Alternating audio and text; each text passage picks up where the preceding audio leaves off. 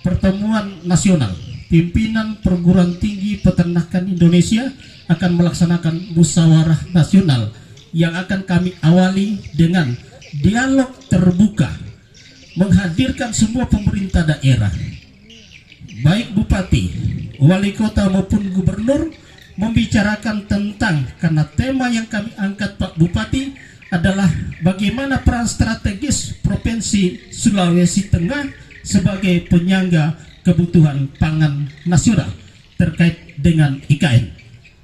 Maka kami harapkan Pak Bupati dan mohon kesediaannya nanti pada acara itu kami mengundang Bapak bersama-sama kita di Palu. Kami desain kemarin rencana kami di Swiss Bell Hotel. Kami lakukan kegiatan itu bagaimana sebenarnya memperkenalkan Sulawesi Tengah bahwa Sulawesi Tengah itu adalah wilayah sangat strategis untuk mendukung kebutuhan pangan nasional. Terima kasih saya. Daerah saya Parigi Motong ini menjadi bagian terpenting. Kalau kami lihat di pemetaan itu, Kabupaten Donggala sebagai daerah keluarnya kebutuhan pangan nasional untuk IKN, maka Parigi Motong merupakan penyangga kedua dari Kabupaten Donggala untuk penanganan pangan nasional terkait dengan kebutuhan IKN.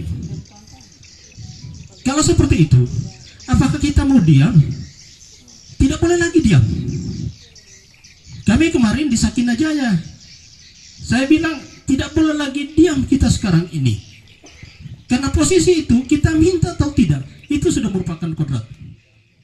Maka merupakan kewajiban kami dari perguruan tinggi, utamanya Fakultas Peternakan dan Perikanan, harus bergandeng tangan bersama-sama supaya menjadi kuat untuk mengembangkan peternakan ini. Tidak boleh lagi dipandang itu adalah urusannya pemerintah daerah, bukan urusannya perguruan tinggi, tetapi harus bersama-sama dengan perguruan tinggi. Ya semuanya, bahwa pakan merupakan bagian yang terpenting untuk pengembangan peternakan, kita atasi dengan pengembangan melalui teknologi pengolahan pakan. Demikian Pak Bupati, mohon maaf atas semuanya. Mudah-mudahan Allah ridho apa yang akan kita lakukan ke depan. Terima kasih.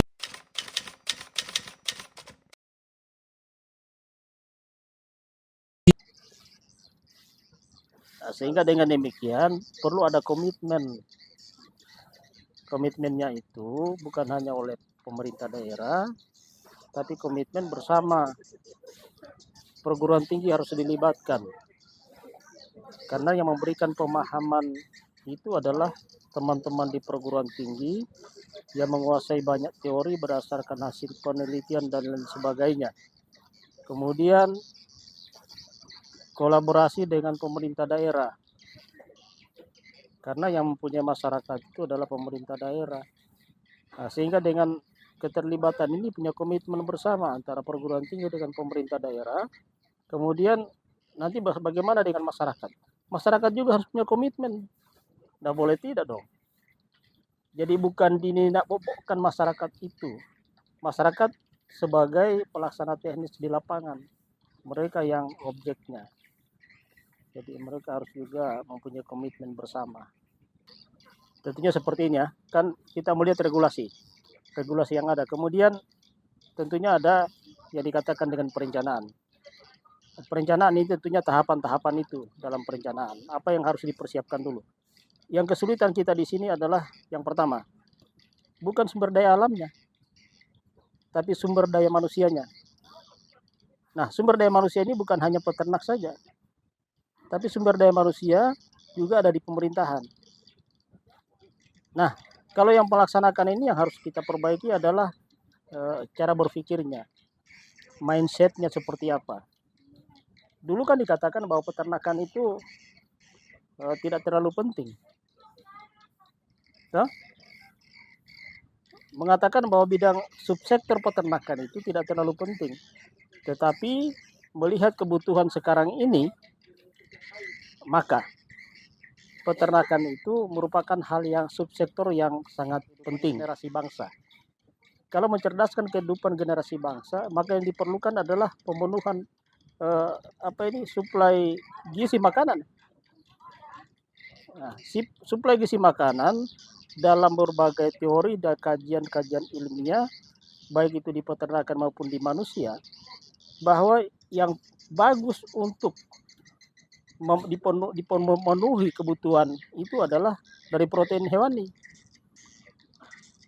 Kemudian ditambah dengan protein nabati. Seperti itu.